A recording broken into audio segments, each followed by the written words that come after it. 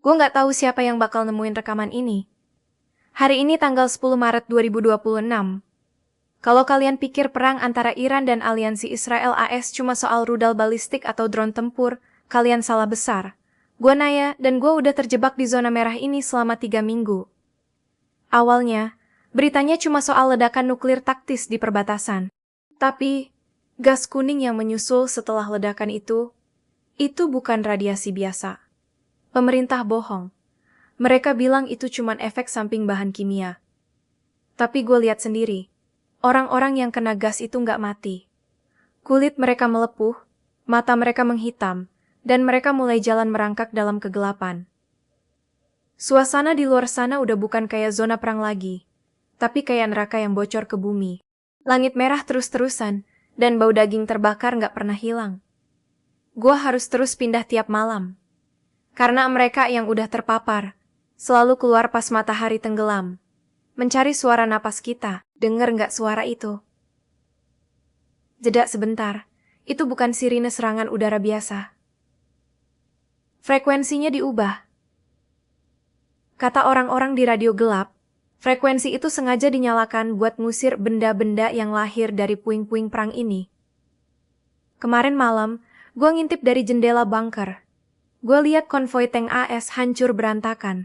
Bukan karena diserang rudal Iran, tapi dicabik-cabik sama sesuatu yang geraknya terlalu cepat buat ditangkap mata. Gue sempat nemu sisa rekaman dari tentara yang tewas. Di situ dia teriak-teriak soal eksperimen bioweapon yang gagal. Perang ini ngebuka kotak Pandora. Kita semua sekarang cuma jadi mangsa di tengah konflik elit global yang udah kehilangan kendali. Gue bahkan gak berani nyalain senter terang-terang. Cahaya sekarang adalah kematian. Makhluk-makhluk itu, atau mutan, atau apalah sebutannya, bereaksi sama cahaya dan panas tubuh. Santai aja, napas gue emang agak ngos-ngosan, karena gue baru aja lari dari reruntuhan stasiun. Gue harus hemat energi. Sekarang gue sembunyi di lorong kereta bawah tanah yang udah runtuh.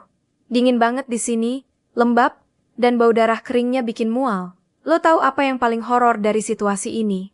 Bukan kematiannya, tapi rasa sepi yang mencekam sebelum suara langkah kaki mereka kedengaran. Gue sempat ketemu satu keluarga 2 hari yang lalu. Kita bagi makanan bareng. Terus, anak kecil mereka nangis karena kelaparan tengah malam. Dalam hitungan detik, bayangan hitam panjang nembus dinding beton seolah itu cuma kertas. Gue cuma bisa nutup mulut rapat-rapat sambil merayap mundur ke selokan. Gue ninggalin mereka. Ya, gue pengecut. Tapi di tahun 2026 ini, empati cuma bakal bikin lo mati lebih cepat.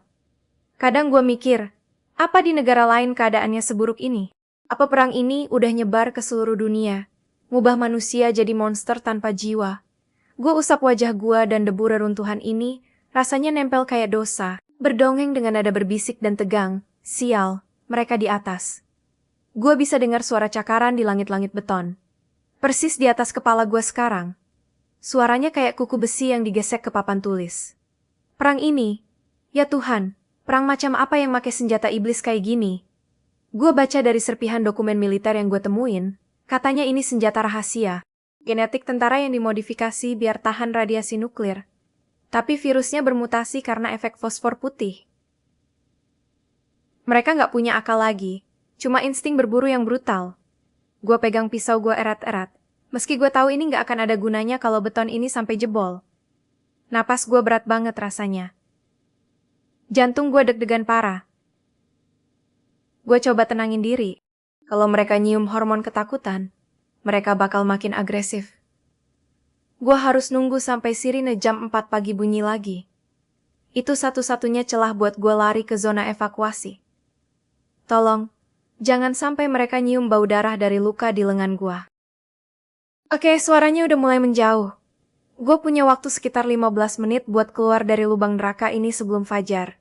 Gue bikin video ini buat jadi bukti. Kalau gue nggak selamat, seenggaknya dunia tahu apa yang sebenarnya terjadi di balik tirai perang Iran dan Israel AS. Ini bukan lagi soal wilayah atau politik. Ini soal kepunahan umat manusia. Senjata biologis ini bakal nyebar keluar dari Timur Tengah. Kalian yang lagi nonton ini, dimanapun kalian berada, bersiaplah.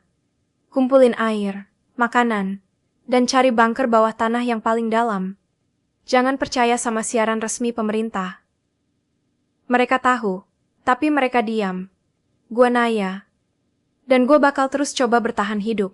Kalau kalian mau terus update tentang situasi dari zona merah ini, pastikan kalian subscribe channel ini, kasih like, dan share peringatan ini ke semua orang tersayang kalian. Kita harus saling jaga, sebelum bayangan itu sampai di depan pintu rumah kalian.